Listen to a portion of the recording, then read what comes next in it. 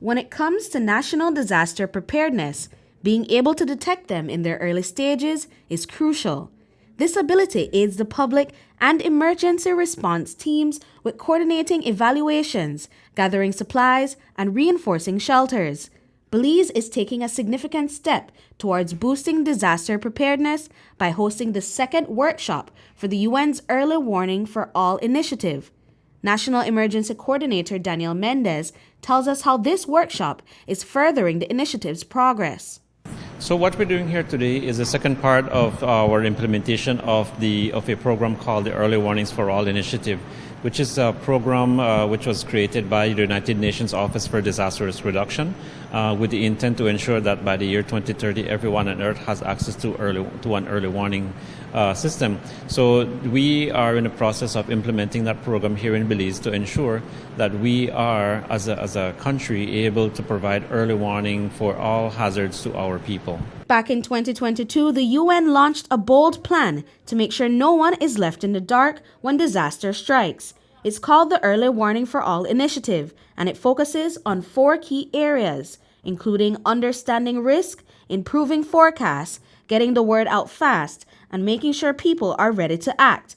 Jennifer Goronik from the UN Office for Disaster Risk Reduction explains how this system aims to give every country, big or small, equal access to life-saving early warnings. Looks at the part of dissemination and communications of the warnings, and then of course preparedness of response at the national, at the local levels.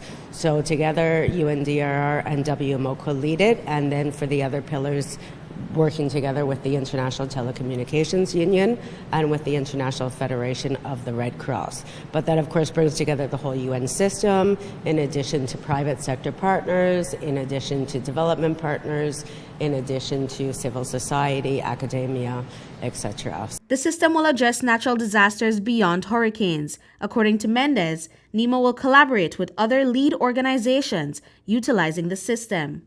There's multiple components to this program, and so those are 2 very good questions. And so the idea really is to ensure that all our partners, and not only NEMO, because what we have in our room today is a group of different partners who all have different roles.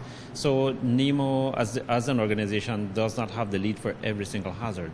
For example, if there's an oil spill, we have to work with the lead organization, and so. But the important thing is, how do we ensure that information gets to people in a timely manner, and also for them to be able to take action. And so how do we convene a system that creates that ability for us to provide that to our people? The initiative aims to have all countries across the globe equipped with this technology within the next few years, and Belize is right on track with its progress. So the Early Warnings for All initiative actually looks to make sure that persons everywhere are protected by early warning systems by 2027. So that does respond to the Sendai framework that looks towards 2030, the Sendai framework being for disaster risk reduction, and the target G that looks at information and assessments for disaster risk reduction, but also, of course, early warning systems.